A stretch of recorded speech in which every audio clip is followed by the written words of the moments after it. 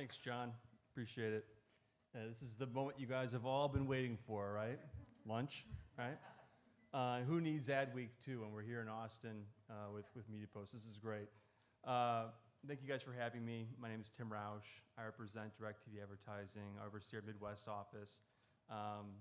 So the theme for this week reads from the brochure, TV's Changing Landscape, Streaming, Targeting, and Tech-Savvy Solutions.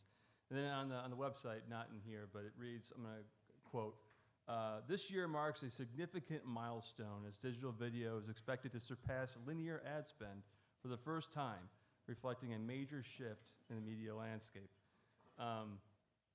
Yeah, let's talk about that, huh? Oh, there's me and my awful mug shot. Got to work on that. Okay. The growth of streaming has been, grabbing a lot of headlines, such as the theme of this very conference, right? And rightfully so. It now represents about 40% of time spent viewing, according to Nielsen. They have a monthly chart they come out with called The Gauge. The streaming portion of this includes everything from YouTube, the main user-generated portion of it, Netflix, Amazon, Hulu, Disney+, Pluto, Tubi, Roku, and then, on the cable broadcast side, that includes both traditional and streaming viewership of cable and broadcast nets on MVPDs and vMVPDs. But what if I told you guys today that the biggest opportunity in video right now is actually on this side of the pie instead of streaming, and the year is 2024 and not 1993 like John was talking about earlier.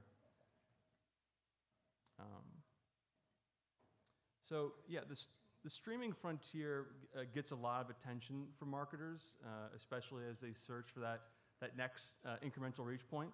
The challenge is that while streaming represents 40% about of the time spent viewing, only a fraction of that is actually in ad-supported environments, right? And so specifically about 18% of time spent is against ad-supported streaming.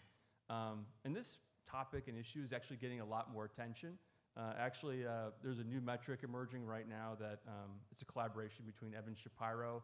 I'm not sure if any of you guys read his stuff or see it. It's awesome.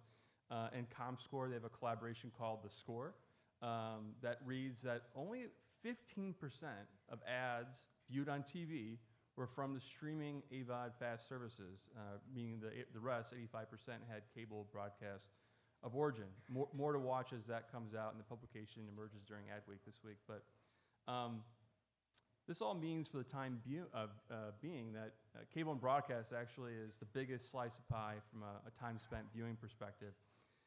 And within that environment, there's a ton of opportunity to drive further efficiency. Specifically, my argument is going to be through addressable TV technology. So what are the challenges and the inefficiencies that currently exist? Well, on the streaming side, it's a very crowded landscape with limited ad inventory, as I was saying earlier, and there's lots of fragmentation, audience overlap, high churn rates, and that all makes a kind of unstable place at times to plan and buy an audience-based buy. On the linear side, there's technological deficiencies. There's not dynamic ad insertion. There's no frequency controls. There's a lack of ability to target at times in that traditional environment. And these create a host of inefficiencies that we can work together to solve. I forgot to, here we go. This is that stat I was talking about earlier. There we go. So enter DIRECTV, right?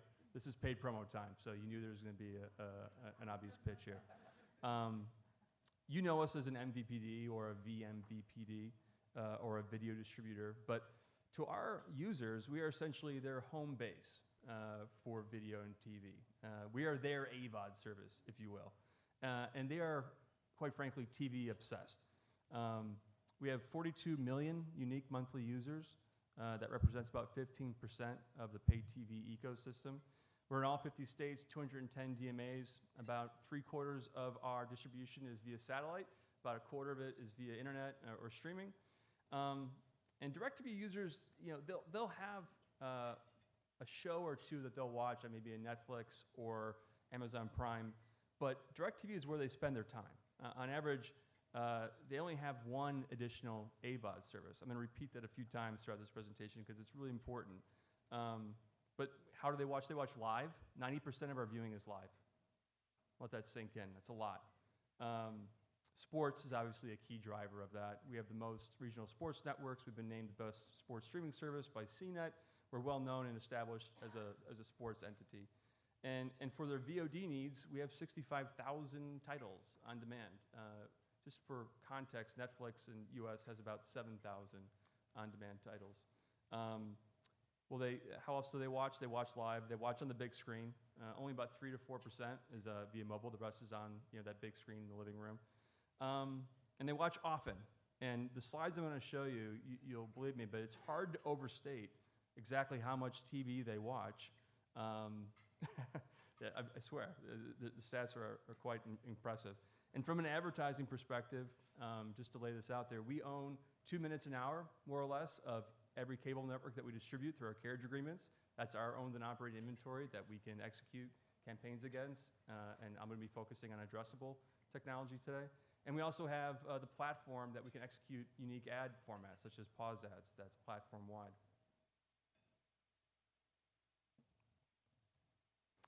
Okay, so as the marketplace moves to video agnostic, and I say that our viewers view DIRECTV as their AVOD, I wanted to help you guys visualize how we would stack up against the streaming SVOD and AVOD players. It'd be too predictable if I started off with the number one slide. So I started off with this one where we're right in the middle, but we're in good company. And keep in mind that this is not accounting for ad-supported environments. This is total usage and total monthly average users, regardless of ad-supported or non-ad-supported. So just to keep in mind, for perspective, Netflix in their upfront presentation claimed they had around 40 million monthly average users, to give you a size comparison. I've seen different stats against that. But yeah, but here is where, here's our number one slide. But here's where we really start to pop out, is this time spent. And when I said they watched a lot of TV, I sincerely meant it. This is about, upwards of 13 plus hours a week that they use this. So when I say that this is their home base, this is statistically backed up. And if you actually, just to give some perspective on this, in terms of how much content they're watching, this equals, if you add up all the hours and multiply it against our users, this equals in the billions of hours, right? 1.1 billion. That's the same amount of time spent in hours used against YouTube, the proper main user-generated service, and YouTube TV, the paid TV service, combined. Okay, and think about the breadth of YouTube, and think about how DIRECTV, we're pretty expensive paid TV service, right? With the different penetration involved in that, and that's all a huge foundation to lay our advertising services on top of, right? So I mentioned earlier, from a streaming perspective, our users only use about on average one other AVOD service in their overall video consumption behaviors and subscriptions, meaning that the DIRECTV audience is a relatively unduplicated, unique audience. And they're also younger than you might imagine. About 50% are 18 to 49. And on the linear side, we also know this is a great benefit of the MVPD ecosystem. We know that they're not buying other TV services. That would be pretty crazy if someone bought DIRECTV and Dish, to my friends in the room. You'd have to be really, really, really TV obsessed to have two paid TV services going on at once. And what this means is, to help illustrate, is that if you were to only buy Samsung, you'd be missing 90% of our audience. If you were only buying Pluto, you'd be missing about 80% of our audience, and so on. And so if you're a streaming first advertiser, we like to make a case that we're a must buy in this equation because of that unduplicated and unique audience. But look, we're talking in these groups today was great. Thanks, Cindy and John, for leading that. And we know that there's tons of options out there, and targeting isn't necessarily easy, and it's only getting harder, but it's also technology's opening new doors. But I think we have a silver bullet to help the people out in that linear and cable broadcasting space, and that's addressable TV. And how that is let me just start with saying DIRECTV is actually synonymous with addressable TV. We invented this about 12 or so years ago. As a provider, again, we have those 2 minutes an hour across every cable network that we distribute, whether that's live or time shifted or streaming or on satellite. And addressable tech means that, one, we'll light up the specific households that you want to reach, whether you're using your first-party data, third-party data set of choice, or even our own first-party data, such as our viewership data. Two, we then leverage dynamic ad insertion and seek and find that audience whenever and however they're watching, right? And that's in live linear, just to be completely clear. Or, again, in time-shifted environments. But again, 90% of our viewership is live. And then we have frequency levers in place to make sure that the audiences aren't getting exposed, that you're hitting the optimal frequencies that you need, and that every dollar being spent is going to net new reach and or optimal frequency. It's worth noting that an ad needs to be seen in order to be counted, so if you're fast forwarding through it, that won't count. And then we can close the loop because we have household level data, we return path data, we can do test control methodologies to make sure that you can actually understand the attribution of what's happening with your campaign. So in contrast, though, just to reset the stage from a traditional linear perspective, compare that where you buy a spot, you hope your audience actually tunes into that moment, you hope it's the right audience, you hope the audience estimates are right, whereas addressable, it's just letting the technology do its job and find this highly engaged audience whenever they're actually watching. So looking to my KSM friends in the room, I'll illustrate just to hammer this home. If Cindy is watching and John are watching Monday Night Football at the exact same time, they could get different ads at the exact same moment.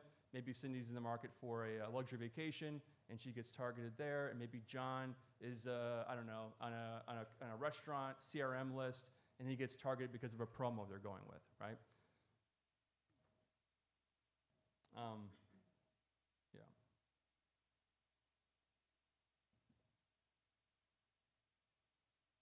So, talking about use cases, right? Addressable's bread and butter over the years has been precision targeting. What I mean by that is, targeting people who are in the market for a car. Or my friend from Solid Media was using the pet analogy earlier. Classic example, right? It's about, the classic use case has been about eliminating waste, right? Let's isolate this audience that we know we want to hit, and we're going to save money by not spending any money on anything outside of that target. Diapers is another good example to go into that. But one of the biggest growth drivers of addressable, in a way to kind of rethink about how to use this, has been around reach and frequency optimization. Specifically, either being a strategic complement to whatever you're buying linear, or in some cases even a replacement. Especially for those advertisers, I'm thinking of reach and frequency optimization, especially for those advertisers that they say, I want to target everyone who has a mouth, or I want to target people 18 plus, which they definitely exist. So about 90% of the overall TV marketplace is now addressably enabled through our other MVPD partners, and again, that's unduplicated reach. If you're going to use us and you use Dish and you use Ampersand on top of that, you're stacking unduplicated reach, and then you find yourself with a scalable option here to drive real outcomes, whether it's precision or reach, or I'll talk about pause ads as well. And here's where things get really exciting for me. People who know me know I love talking about this. This is what we would call like a decile analysis or a frequency analysis. We started pulling these to better understand what happens when you don't have frequency levers and you don't have dynamic ad insertion in the live linear environment or in linear environment. And so through our set-top box data, we have second-by-second data across any campaign that exists. Through that, we can have that bird's eye view.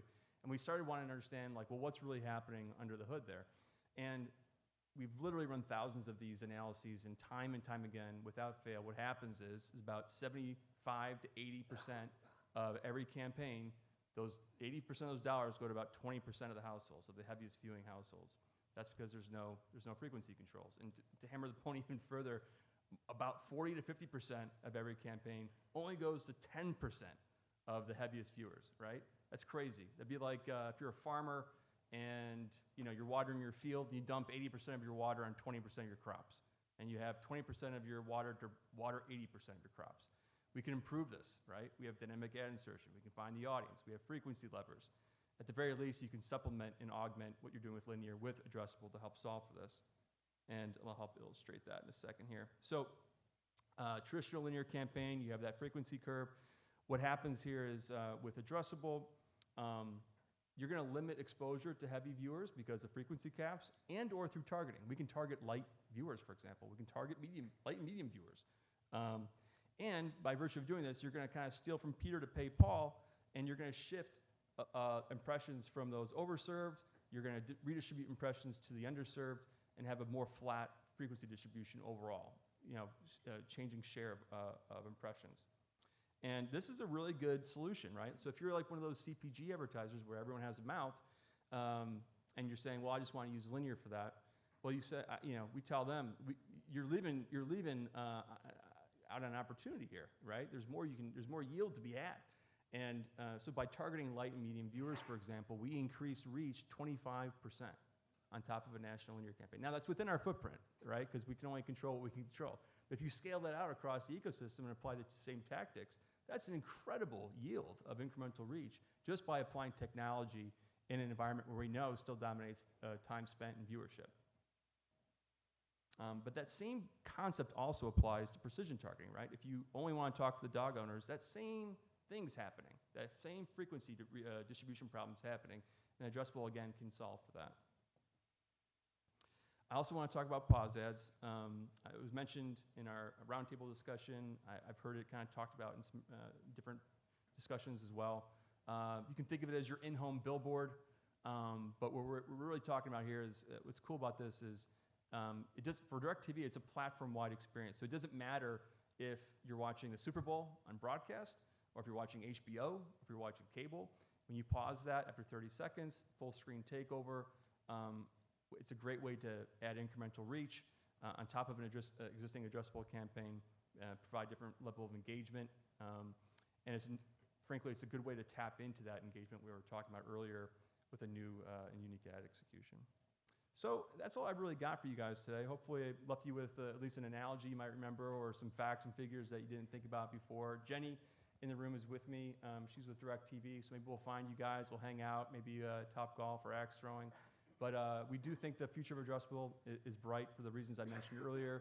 I think the marketplace is going to continue to seek out dynamic ad insertion endpoints. They're going to be looking for ways to target, control frequency, and ultimately prove out the value of what they're doing. So appreciate the opportunity to talk to you guys. Thanks for letting me prevent you guys from the rest of your lunch and your fun activities today. Appreciate it.